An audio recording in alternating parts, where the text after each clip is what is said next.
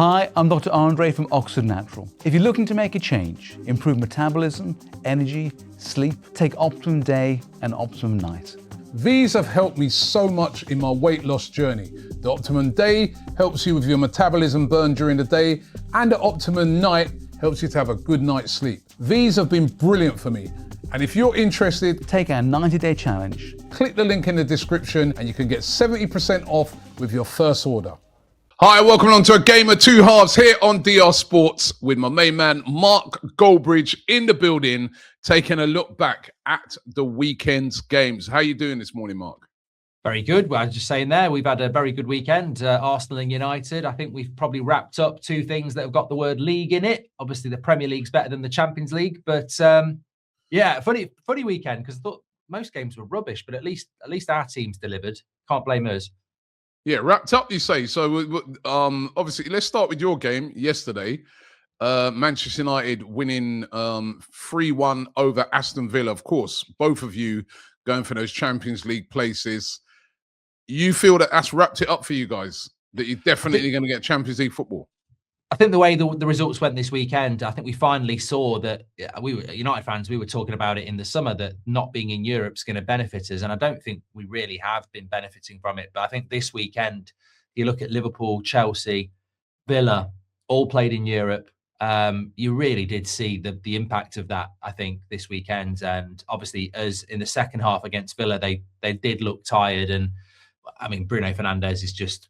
I think he should be Player of the Year. I think he's in that category. Player of the Year? Yeah. So he's going to break the assist record. That's controversial, that one.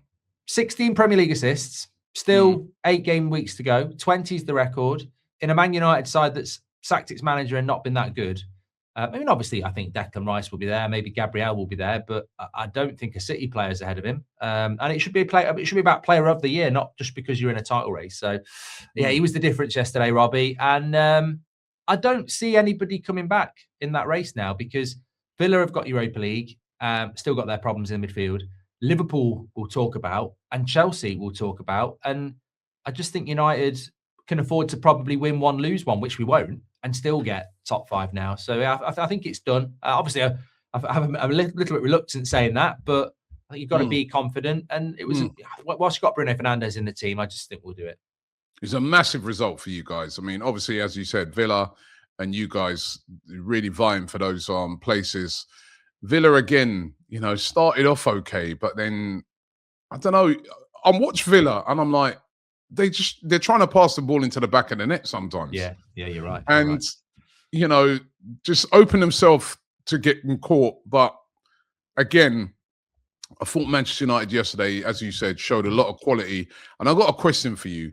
Casemiro, criticised a lot under the old manager, but he is really flourishing under Michael Carrick. Brilliant at set pieces. I don't know how he's just like his Brazilian counterpart, or should I say partner, Gabriel, where they just managed to find those spaces.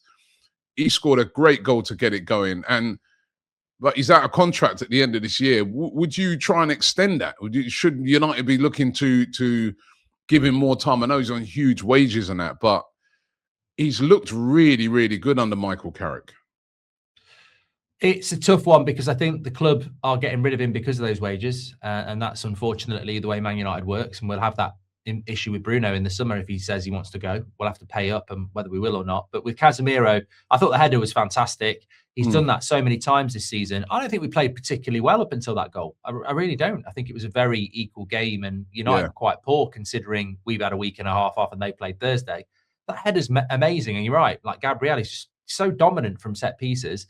The issue in keeping him is that you probably would have to give him 300k, and as good as he is at set pieces, I watch him every week, and him and Mainu haven't actually played that well for the last month. They've been quite exposed in the midfield. So I probably would keep him if he would take a pay cut, and we bought a couple of other midfielders with him because of his experience and how you're going to replace that. But United aren't going to keep him. It's a financial decision, and fair play to him. He's out of contract, isn't he? So he will be offered that money in Saudi or the MLS, or maybe someone in Europe might go, he's worth it. I don't know.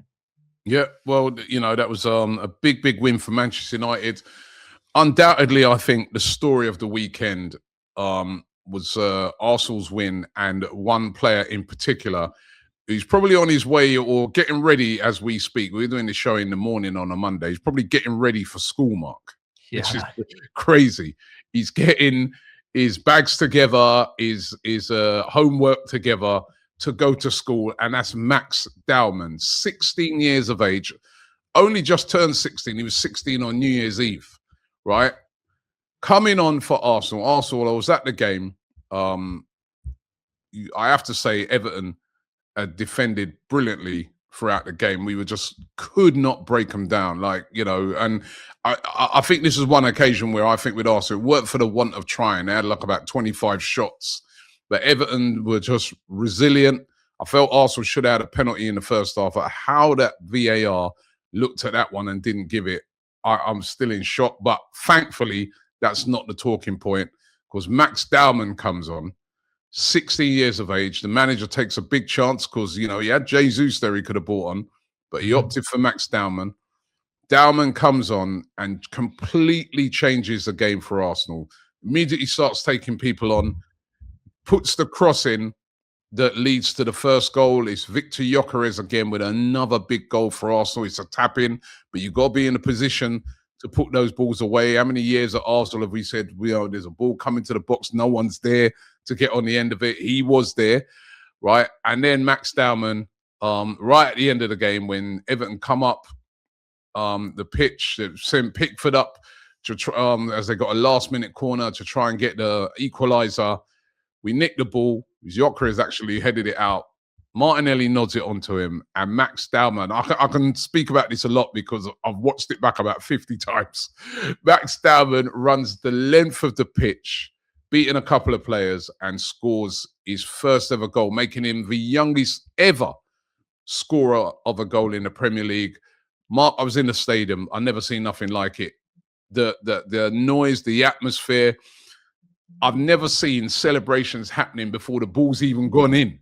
It was an amazing. It was one of those I was there moments to see the youngest ever goal scorer, and it was a fantastic win for Arsenal, and a big win for Arsenal considering what happened later on, which we'll talk about in a sec. But what did you make of it? The Max Dowman show. I mean, it's nice for Arsenal to get a highlight like that because they've been quite boring all season. So first of all, I thought that was a good one. But I mean, look, I think you'd be a stone-hearted football fan if you didn't enjoy that. I mean, you think about Beckham's goal from the halfway line, and Fabregas obviously played for Arsenal very young. We had Rooney at Everton with that goal against you. So you do remember these moments, and it's nice to have these moments because I think sometimes the older ones like us, we go, has football become a bit sterile? Has it become a little bit, pragmatic? And then you see something like that and you go, that's why we love the game. Those stories will be remembered forever. And he did take it well. And, there's still a lot to do.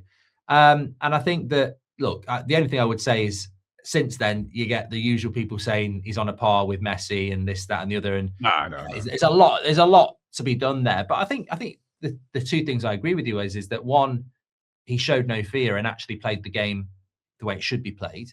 And fair play to Arteta for putting him on in a game that they needed to win. It wasn't 3-0, bring a 16-year-old on. It was 0-0. And you also make a good point about Gyökeres. I think a lot of people talk about Gyökeres being a flop. And I think, how can it be a flop? He scored a lot of goals and people are with their tap-ins. But that's positional sense. 16 goals now in all competitions. Yeah, and that's positional sense to be in that position, as we've said. So, but look, with Dowman, I think it's interesting because we spoke on That's Football on Friday about Saka, who I think is a fantastic player, but has slowed his game down. It's a little bit like Ahmad at United. He just seems to have slowed his game down. And, it shows what happens when you're a little bit more direct. We've seen it with Madueke, and now we've seen it with Dowman. A little bit more direct, get the ball in early.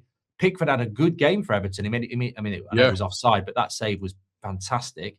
Makes a bit of an error because the cross comes in early, misjudges it, and you get a goal. And Everton had some good saves, good games. Raya, we both got Raya in our team of the week, so that shows you that result for Everton overall, that result for Arsenal overall was a hard-fought win. And 5 minutes to go, you're thinking Man City win at West Ham, and this is a very different conversation we're having. So huge win for Arsenal, capped off by a moment, as you say, many of you. Well, I think football will remember actually. Yeah, and I think what it is with Arsenal is that squad again that's doing it for them. If you look at the like you said, Everton did play really well. They've on the roads. I think only Arsenal and Man United, Manchester City, have got a better record than them on the road. They were unbeaten in 6 games coming into this one, and they did look fresh at the start of the game. Again, like what you said, Arsenal coming off of the back of a away game in the Champions League. But I think with Arsenal, it's that squad that's doing it for them. You look at the goals. The crosses by Dowman. It comes off. I know he didn't know a lot about it, but it comes off in Capie, another sub, and it's Gyökeres who puts it away. And the final goal, Gyökeres heads it out. Martinelli heads it down. Then Dowman. All 3 of them subs again. That is what is proving the difference for Arsenal. That is one of the big differences between last season and this season. Is that big squad that they've got, full of quality that they can bring on late in games to win games. And that was a massive, massive result for Arsenal. Manchester City, the pressure was on them. They played later on against West Ham, a West Ham that are fighting for their lives. Probably if they'd have went to West Ham a couple of months ago, it would have been easy work. But we know that West Ham at the moment, they got a lot of fight in them. And they held them to a 1-1 draw. Mavropanos, ex-Arsenal defender, with the equaliser in the game. And a real disappointed Pep Guardiola, who I was saying yesterday, we were doing one of our shows over on AFTV, Forever Arsenal, and I said that after the game, and they were interviewing him, he sounded a bit like Donald Trump, because the interviewer asked him and said, "Oh, Pep, you did say last week that if you didn't get all maximum points in this game, the title race is over. Do you still think that?" And he said, "I never said that." And he did. I saw the interview where he said that. He said, "Who said that?" The interviewer said, "You said that." But it was a damaging draw for Manchester City. Well, we both. I predicted West Ham would win. I knew that was wrong as soon as the game started. But you went with a draw. Obviously, it was a draw. And it's funny because we both did not think Man City would win, and when realistically they should be going to West Ham and winning. But I think it was. Yeah, I think you're absolutely spot on about Arsenal and the squad. Every European team really struggled post that. I think there must be something about the knockout stage of the Champions League that psychologically puts a lot of strain on the teams, because everybody was so tired and off it. And Man City. Sorry to jump in there, Mark. You know what it is, right? A lot of teams, remember, it's only the first leg. So a lot of teams have got their eye on that second leg. A lot of teams like Chelsea and like you said, Man City, they've still got a lot to do. Even Arsenal still got to win those games, and none of them are clear. So that, I think, psychologically as well had an effect on a lot of teams. Yeah, 100%. And I think with City, I mean, whether Bernardo Silva meant it or not, that goal was, you're not going to do that every week. So it wasn't like a clear-cut chance for Haaland, who was very quiet again. Their keeper made a couple of saves, but I wouldn't say there were gilt-edged chances. A little bit of deflections here and there. I mean, I think West Ham had only had one shot on target for most of the game, and that was the goal. But it wasn't the sort of game where you went, well, West Ham were lucky to get a draw. It just felt like a draw. Man City felt like really lackluster and a bit of a reality bite. And they've had a couple of periods like that this season where they've just become a little bit ordinary. And that, to me, is probably where Pep said a few weeks ago, and he might deny it, that this team is going to be better next season, and I think it will. And I think this season, across the whole year, the reason Arsenal will win the league, in my opinion, is because, boring or not, they've ground out results. They've been very good defensively, and Man City have been a bit up and down. And I think on Saturday night, where they needed to win, and they look at their bench as well, Cherki, Foden, lots of good players, they just couldn't come on and impact the game. So I think it was a fair point. And Man City, we were saying before we started, I don't see Arsenal losing at the Etihad either. So that 9-point gap is looking very, very good at the moment. And psychologically, again, that's going to start to hurt Man City, because points on the board. Yeah. That's a hard thing to deal with. No room for error. No room for error at all now for Manchester City. As we said, one of the big things has been that race for that top 4 or 5 this season, and couple of games. First of all, let's talk about Chelsea. That was a bad defeat at home to Newcastle. Newcastle haven't been great on the road, and you would have expected Chelsea to win it. Chelsea going down to a Gordon goal, losing by a 1-0. Massive result for Newcastle as well. Confidence booster for them because they've got, Barcelona away up next. And that's 1-1 currently. Chelsea, 2 bad defeats in a row, and their manager coming under pressure already. I mean, what? And this huddle at the start of the game, round the ball. What's all this? What's this guy? I don't know. Why is he doing all these weird things? And just concentrate on the game. Well, it's weird because I don't mind Rosigne. I think he gets a lot of unfair press, but he probably doesn't help himself by being a little bit like, oh, that's fine when it's clearly. I mean, I thought it was AI when I saw the image, and then obviously you watch Match of the Day and you see it happens, and I'm like, what? I mean, Cole Palmer was hugging him before. And then they all start hugging him, and then he's staring at him like it's, he's in a bar or something. And then the referee's in the middle of it, just sort of like awkward. And I'm like, just get yourself out. You're the bloody referee. And why are Chelsea doing that round the ball? Like they think, Rosigne said they feel a connection with the ball. I've not been training with the football all week, haven't they? It's weird behaviour. And then when you lose the game, you look like absolute prats. Yeah. I don't know what that was all about, and I'm glad Newcastle won after that, because if they'd have won after that, imagine the power of the ball and all this nonsense. But they're in trouble, Chelsea. Like that goal from Gordon was scored very early, and they couldn't equalise. And credit to Newcastle, it's a good win for them. They probably left it a little bit late for Europe now, but Chelsea, it's almost like the battle of who wants to be the worst in that race for 6th, because they're not. People were saying a couple of weeks ago that Pedro's on levels with. Well, I think it was Rosigne who said he's on levels with Haaland and Mbappe.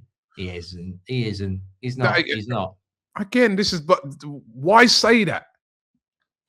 Why say that? Look, this has been brilliant this season, João Pedro. But why say that? That's what I'm saying with Leroy Rosigne. Like some of the things he said. I remember one of the first games he came and he lost his rag at Arsenal, because he said that they were warming up and some of the players were in his half.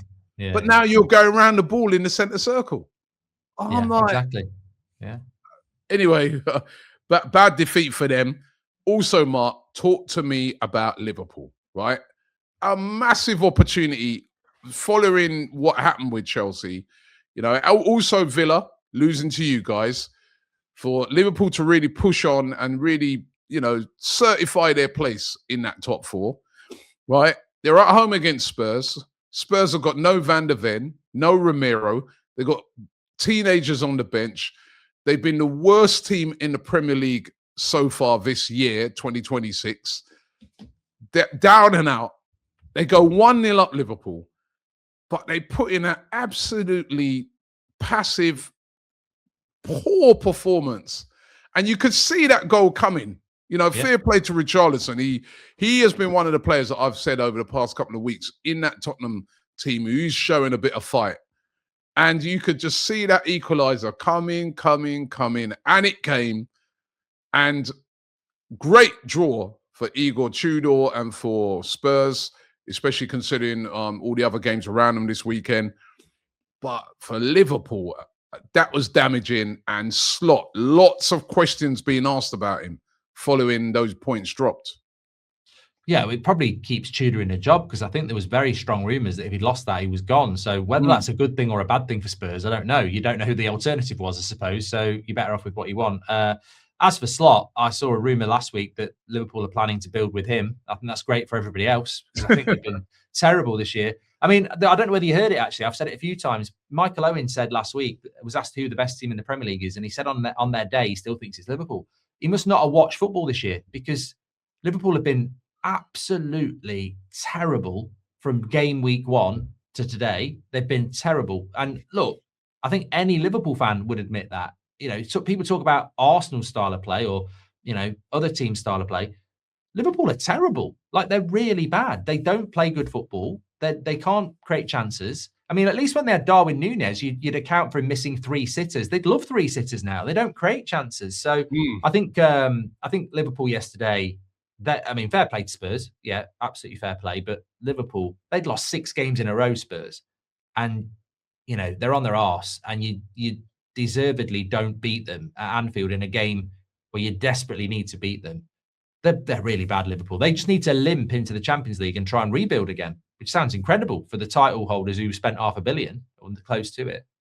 Yeah, no, they were dreadful, and I agree with you. They've been poor most of the season.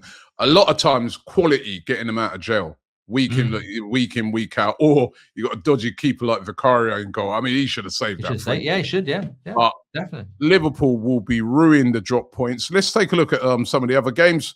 Forest drawing 0-0 with Fulham. Listen, they would have been targeting that game as getting 3 points. I think they'd be disappointed with that. Whereas Leeds went away to Palace and got a draw. I think they would be happy with that, although they did miss a penalty in the game, right? So they could have had done so much better with that. But, you know what I mean? They'll 10 men take as well, weren't they? They had a man sent off, I think. 10 men as well for a lot of the games. Sunderland losing at home again. A place that was a fortress about 4 or 5 weeks ago. They've another defeat at home, this time to Brighton. Brighton winning by 1-0. Burnley drawing 0-0 with Bournemouth was the other result. And of course, there's a game that's going to be taking place tonight. That is Brentford, isn't it? Brentford versus Wolves. I know you'll be rushing home to watch that one, Mark. But let's take a look at the table following this weekend. Down at the bottom, not a lot of change. It's still, despite that result for Tottenham, they're still down there in the thick of it. Wolves on the bottom with 16 points. Burnley on 20 points. West Ham, 29 points in the bottom three, but only on goal difference. Then you've got Forest on 29, Spurs on 30, Leeds on 32. Leeds are starting to move away from it, but it is still very, very tight down there at the bottom. And when we go to the top, Arsenal top now on 70 points, a 9-point gap. City in second place on 61, but they do have a game in hand. Manchester United, great win for them, 54 points into third. Villa in free fall now, 51 points. They're in fourth. Just behind them, Liverpool, 49 points in fifth. Chelsea, 48 in sixth. And Brentford, 44 points. We're just looking at them. Win tonight. Yeah, they win tonight against Wolves. They're right on Chelsea's tail. Could Brentford get into the Champions League? Imagine that, right? That would be brilliant, wouldn't it? Look, you can't predict this Premier League, but if you look at their next three fixtures, Leeds away, and then they've got Everton at home and Fulham at home. I mean, if they took 12, beating Wolves tonight, that'd be a Max Dowman moment. That would. I mean, bloody hell. That would be incredible. But let's take a look at our team of the week and see what we got there. Like you said, we've both gone for David Raya in goal. I thought he was brilliant. He has been brilliant all season for Arsenal. What was your back four? I went with Wan-Bissaka, Mavropanos, Saliba, and Lewis Hall. Okay. I've seen yours. I think I haven't got a problem with it. I just think, I've got a problem with it. I went Livramento. Yeah. Calafiori, amazing block, right? Yeah, it was. But also played very, very well in the game. Mavropanos, as you said, defended brilliantly. He also had a great block in the game and scored a great goal. And I went Malik Foul. I think he did. I nearly put him in. I thought he was really good, and I only went Saliba because I thought he did actually have a really good game. Saliba did have a great game, but I thought especially away from home, Chelsea. So I went with him. Midfield. I went with. Sorry, I've got it. Well, definitely Bruno Fernandes. Thought he was fantastic for United. I went with Willock at Newcastle. Thought he played very well. Got an assist as well. And I struggled with the third one, really. What did you do? It's the first time I really struggled. So I went Bruno as well. Casemiro I also thought was good. But you're not putting him in, so maybe I'm wrong now. And I went Eze, even though Eze, I thought he had a good game. He was very threatening for Arsenal. Should have had it wouldn't have been an assist, but he was the one who played that pass through when Havertz got fouled as well. He had a good game, Eze. Yeah, I think it's like. So who was it? Who did you say? Willock? I had Willock. I think he did play well. Okay. Newcastle. But it was tough. It was. We were saying this before. There's so many 0-0s, and then in the games where there was goals, the midfields weren't necessarily amazing. Like, I mean, Casemiro's header was fantastic. I mean, I must say that's like a volley from the edge of the box, how he scored that. All right, put Willock in. We'll put Willock in. Okay. All right, and then up front, I'll tell you, I've gone for Gordon. For Newcastle, scored a really important goal. Richarlison, who I thought, he was a real threat in that game. He was the one that kept going for Tottenham, who deservedly scored a goal. And of course, Max Dowman has to be in there, 16 years of age, youngest ever scorer in the Premier League history, and also was absolutely brilliant when he came on. Yeah, the front three was easy. Yeah, Richarlison nearly scored a couple of goals and was. Yeah, I don't know who they gave man of the match to, but he should have been man of the match because he was the only one out there actually putting a shift in. I think he did get it. He must have got it. It was nobody else really. It was a pretty game low on quality, but he was the one player that sort of rose above that and shone, and deservedly gets into our team of the week. But you may disagree, guys. Let us know in the comments who you think we've left out. You always come with some, but that's our team of the week. But Mark, thank you very much. When do you play next? You play this weekend, isn't it? Friday night. Friday. Football. Yeah, Bournemouth. You lot Man United, they just send us anywhere. Yeah, these guys are on every night, man. Of course, Arsenal, some Champions League football this week. Actually, just before we go, let me just get your predictions quickly on number one, the game tonight, Brentford Wolves. Yeah, Brentford. Yeah. All right. Right. Some of the English teams, Arsenal, Leverkusen. Arsenal, yeah, they'll find a way. Yeah. Think you'll go through? Chelsea, PSG. They got any chance of going through? No, can't even score against Newcastle for an hour, can they? So no. All right. City, can they turn it around against Real Madrid? They've got a chance, but Real Madrid have got good defenders, so I know score as well. So I don't think they will. No. Can Newcastle? They're level at the moment with Barcelona. I think they've got a better chance than Man City and Chelsea. I don't think they will, but they have got a better chance. If they can look, that Chelsea game was perfect, defend and counter. But no, I think Barca will do them. Yeah. All right. Can Spurs at home against Atletico? They may as well play the kids. I don't know. No. All right. And Liverpool, Galatasaray. That's now a they're 1-0 down. Galatasaray. Yeah. They won't have no fans, Galatasaray, apparently. But Galatasaray, not good on the road, but... Are the fans banned, are they? Fans are banned from that game, Galatasaray fans. They didn't do very well against Juventus, did they? They blew a very big lead. I think Liverpool will find a way. It might not be pretty, but I think they'll find a way in that game, yeah. Okay, well, we'll find out. And of course, we'll be back on Friday over on Mark's channel, where you'll be able to see us predict the weekend's games and find out how we're all doing in that table. Mark, thank you very much. No worries. Thanks to you guys as well. It's been entertaining, well, in some games in the Premier League. We'll be back on Friday over on Mark's channel. Thanks for watching.